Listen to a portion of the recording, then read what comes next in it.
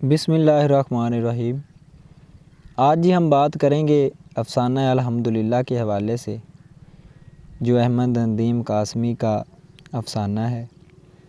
تو یہ ایک ایسے مولوی کردار کی کہانی ہے جس کی روزی روٹی محلے کے لوگوں سے جڑی ہوئی ہے۔ وہ عید پڑھاتا ہے، نمازیں پڑھاتا ہے، جنازے پڑھاتا ہے، تو اسے کچھ پیسے ویسے اکٹھے ہو جاتے ہیں اور وہ اس سے اپنے گھر کا نظام جو ہے وہ چلاتا رہتا ہے۔ گاؤں کا چودھری ہے جی فتح داد، جو اس کی بڑی خدمت کرتا ہے اور مولوی کا خوب خیال رکھتا ہے، مگر مولوی کو خبر نہیں ہوتی کہ وہ میرے گھر کا خیال رکھتا ہے۔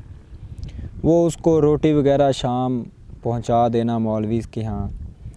روز جو ہے اس نے ذمہ لگا رکھا تھا اپنے نوکروں کے کہ روز جو ہے روٹی جو ہے وقت پہ جو ہے مولوی صاحب کے ہاں پہنچا دی جائے۔ تو مولوی کی شادی جو ہے وہ بیگم زیب النساء سے ہوتی ہے، تو اب اس کے بچے بھی ہو چکے ہیں۔ اس کی بیٹی مہر النساء ہے، جبکہ چھوٹی بیٹی عمدۃ النساء ہے۔ اب مولوی کے جو گھر کے اخراجات ہیں وہ بڑھ چکے ہیں۔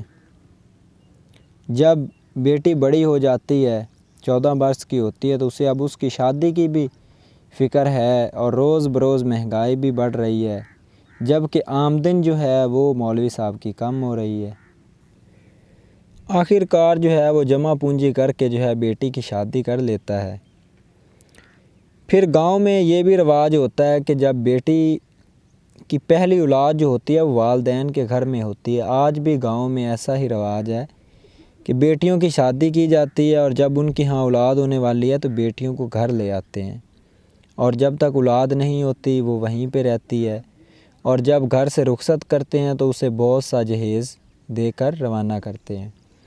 تو اس افسانے میں بھی بالکل اسی چیز کو بیان کیا گیا ہے کہ جب اس کی بیٹی کو بچہ ہونے والا ہوتا ہے تو وہ مولوی صاحب کے گھر آ جاتی ہے۔ اب وہ اور بھی پریشان ہے کہ آمدن تو بالکل بھی کم ہو گئی ہے، کہیں سے پیسے بھی نہیں آ رہا ہے، عید میلادیں وغیرہ بھی میلاد جو ہیں اور اس طرح کے جو معاملات ہیں وہ بھی کم ہیں، گھر کے جو وسائل ہیں وہ بھی اتنے اچھے نہیں ہیں، اور مہنگائی جو ہے وہ آسمان کو چھو رہی ہے۔ بیٹی کو اور بچے کو اور اس کے سسرال کو جہیز بھی دینا ہوگا، مگر اس کے پاس کوئی وسائل نہیں ہیں۔ جو بچوں کے کپڑے وہ 100 روپے میں لیتا تھا، اب جا کے پتہ کرتا ہے تو وہ 200 روپے میں ملتے ہیں۔ اب وہ بڑا پریشان ہے۔